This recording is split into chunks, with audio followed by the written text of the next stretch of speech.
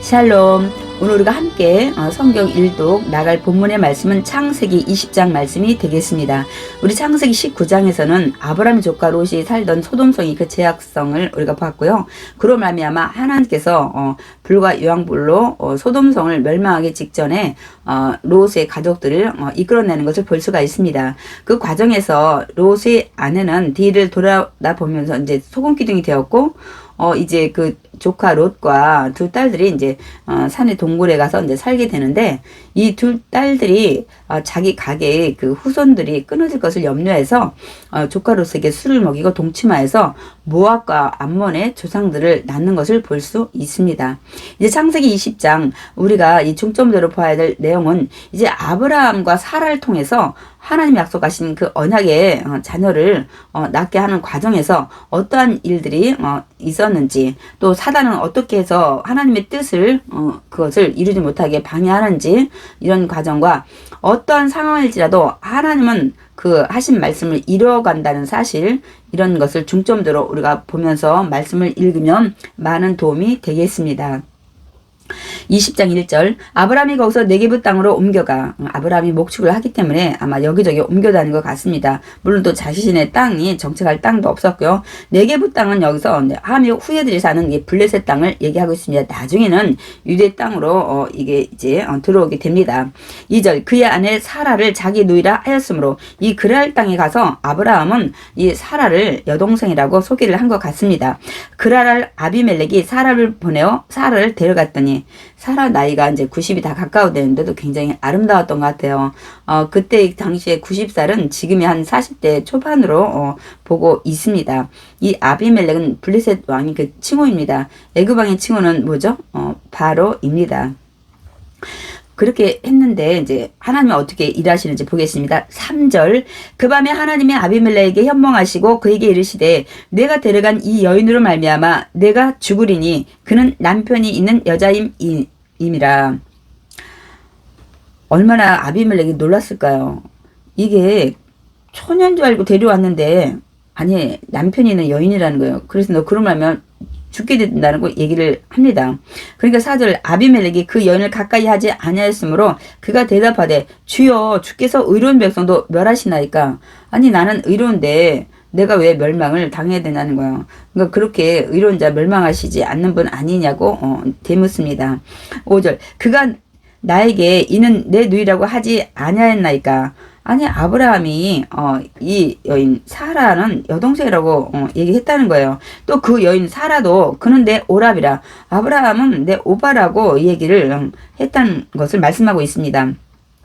그래서 나는 온전한 마음과 깨끗한 손으로 이렇게 하였나이다. 나는 사라가 처녀인 줄 알고 내가 데려왔다고 얘기를 하고 있습니다.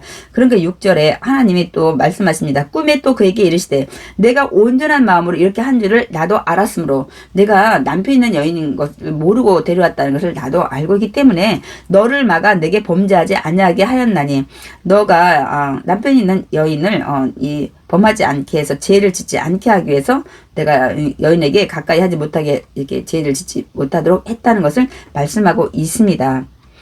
그러니까 우리는 여기서 이제 하나 깊이 짚고 넘어가야 될 내용은, 우리가 세상에서 짓는 죄는 물론 상대방이나 많은 사람들한테 짓는 죄 입니다만은 결국은 하나님께 짓는 죄라는 사실을 우리가 반드시 짚고 넘어가야 될 이 교훈을 우리가 가져야 됩니다.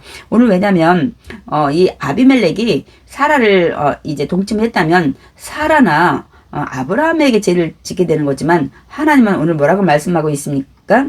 너를 막아 내게 범죄하지 아니하게 하려고 했다고 말씀하고 있습니다. 그러니까 결국은 너의 이 모든 것들이 그렇게 된다면 나에게 죄를 짓는 거라는 것을 분명히 말씀하고 있습니다. 7절, 이제 그 사람이 아내를 돌려보내라. 그는 선지자라.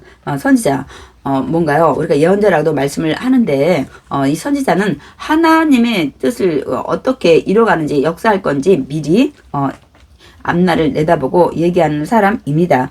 그가 너를 왜 기도하리니 내가 살려니와 내가 돌려보내지 아니하면 너와 내게 속한 자가 다 반드시 죽을 줄 알지니라. 빨리 다 돌려보내라는 거예요. 아브라함도 사라도 그렇지 않으면 너와 내 모든 백성들 다 죽는다고 말씀을 하고 있습니다. 오늘 우리 7절을 보면서 잠깐 이 부분에 대해서 구체도 기록한 우리 시편 105편 말씀을 좀 잠깐 읽어 보겠습니다. 시편 105편 11절 이르시기를 내가 가나안 땅을 내게 주어 너희에게 할당된 소유가 되게 하리라 하셨도다. 그런데 그때 12절 그대 사람 수가 적어 그 땅이 나그네가 되었고 아직 가나안 땅을 하나님께서 완전히 주지 않았기 때문에 그러니까 요셉을 통해서 이제 애굽에서 국민 만들고 이제 모세를 통해서 이제 이들을 가나안 땅에 입성하기 직전이었기 때문에 13절에 이 족속에게서 저 족속에게로 이 나라에서 다른 민족에게로 떠돌아다녔다고 말씀하고 있습니다. 지금 아브라함이 떠돌아다니고 있잖아요. 자기 땅도 없고 또 목축을 해야 되는 상황이기 때문에 그런데 이제 약속이 아브라함, 이삭, 야곱에게 다 이 언약의 말씀을 계속 하고 계시죠. 그래서 14절에 그러나 그는 하나님은 사람이 그들을 아브라함과 이삭과 야곱 이렇게 억압하는 것을 용납하지 아니하시고 그들로 말미암아 왕들을 꾸짖어 억압하는 왕들을 꾸짖었다고 하는 말씀하고 있습니다. 15절 이르시기를 나의 기름 부은 자를 손대지 말며 나의 선지자들을 해하지 말라 하셨도다. 지금 오늘 우리가 본문의 창세기 20장 말씀입니다. 지금 이렇게 선지자 하나님께서 기름 부어서 약속의 자녀를 낳게 이 후대를 이어가게 하는 이 선지자들을 지금 아비멜렉이 이런 그 부인을 취해서 이런 일들을 하려고 했을 때 하나님께서 그렇게 왕들을 꾸짖었다고 말씀하고 있습니다.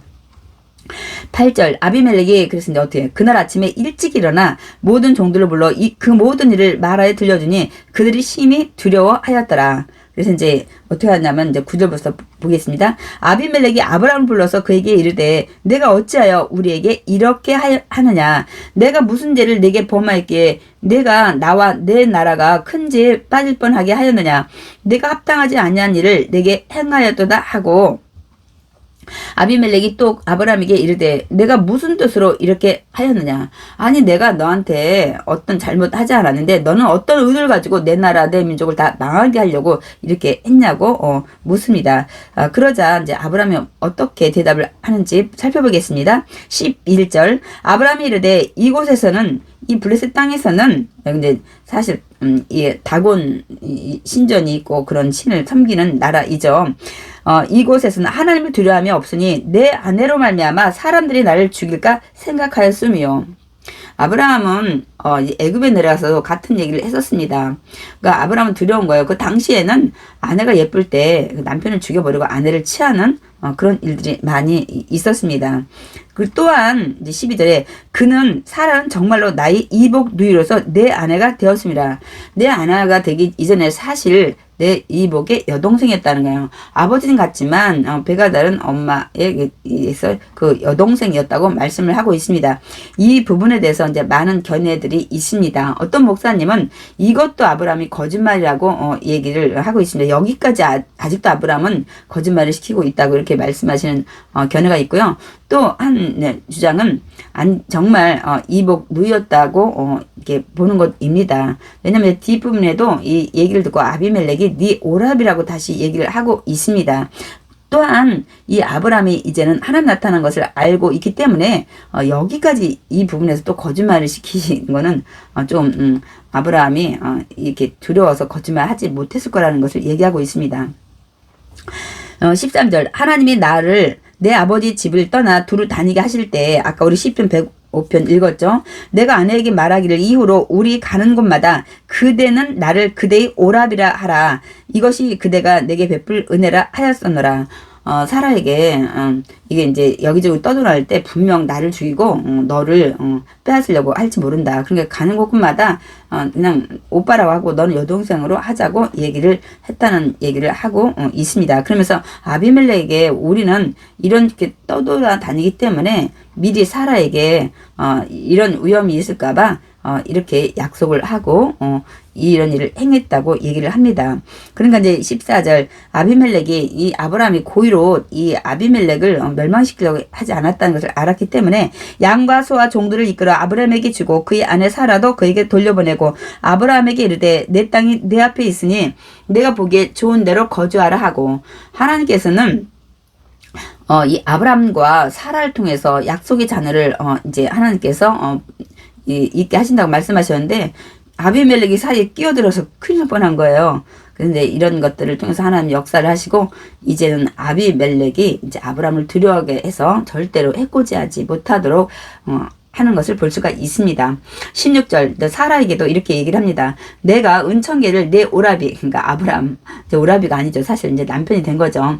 주어서 그것으로 너와 함께한 여러 사람 앞에서 내 수치를 가리게 하였노니 내 일이 다 해결되었느니라.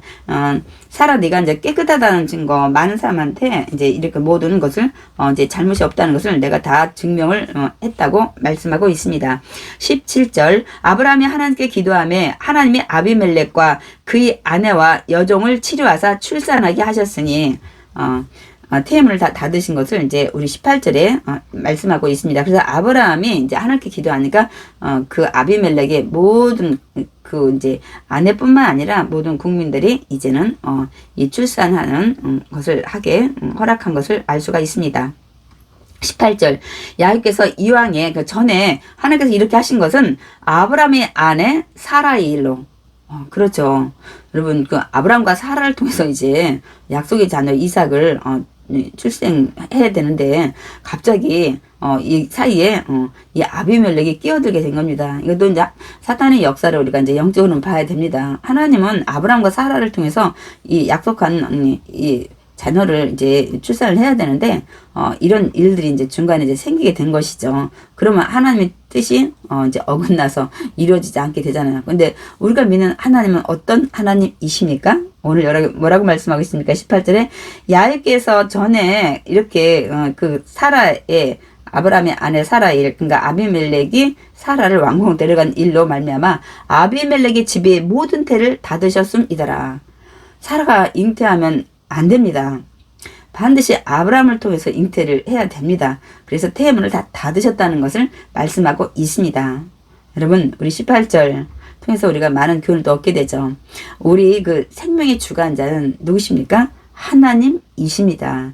하나님이 태문을 열게도 하시고 닫게도 하시고 우리의 모든 것들을 주관하신다는 사실을 우리는 반드시 기억을 해야 됩니다. 그래서 잠언 19장 21절에도 사람의 마음에는 많은 계획이 있어도 오직 야훼의 뜻만이 완전히 서리라고 말씀하고 있습니다. 아무리 아비멜렉이 어떤 계획을 세우고 예를 들어서 아브라함을 세웠을지라도 하나님은 반드시 아브라함과 사라의 몸을 통해서 약속의 자녀를 보내겠다고 말씀하셨기 때문에 아무리 인간이 많은 계획을 짜고 뭐 더 정교하게 뭐 할지라도 하나님 그 뜻을 이루기 위해서 이렇게 태문도 닫으셨다가 또 태문도 열게 하셨다가 이렇게 하시는 하나님이라는 사실을 우리는 알아야 합니다. 시편 33편도 좀 읽겠습니다. 야훼의 계획은 영원히 서고 그의 생각은 대대에 이르리로다. 우리 오늘 이제 우리 창세기 20장 말씀을 이제 끝내는데 이 시편 33편 11절 말씀을 우리가 마음에 깊이 새겨야 합니다. 그러니까 하나님의 계획은 어떤 거죠? 이제 이 땅에 예수 그리스도를 보내는 것을 이 아브라함의 자손을 통해서 계획하셨던 건 근데 이루어졌잖아요. 근데 또 다음 하나님의 계획은 어떤 겁니까? 이제 그 예수님이 십자가에 죽으시고 부활하여 승천해서 다시 이 땅에 심판하러 오시는 것이 하나님의 계획입니다. 그것은 영원히 이제 서고 반드시 이루어진다는 말씀이죠. 그의 생각은 대대에 이르리로다. 하나님의 생각 계획은 반드시 이루어진다는 사실을 말씀하고 있습니다. 그렇다면 예수님은 이 땅에 다시 오십니다, 여러분.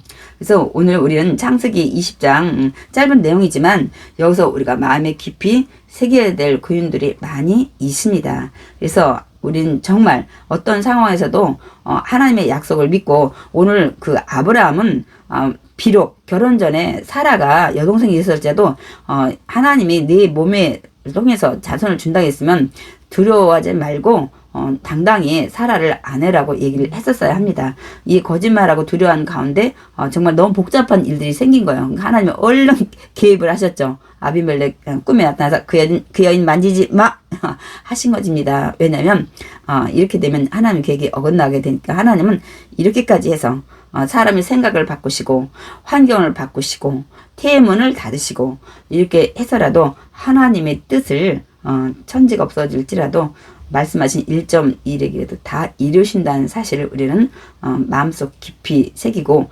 말씀을 정말 하나하나를 우리가 신중히 우리가 말씀을 읽고 또 마음에 새기고 앞으로 이루어질 일들에 대해서 우리가 기도하면서 믿음으로 나가야 될 줄 믿습니다.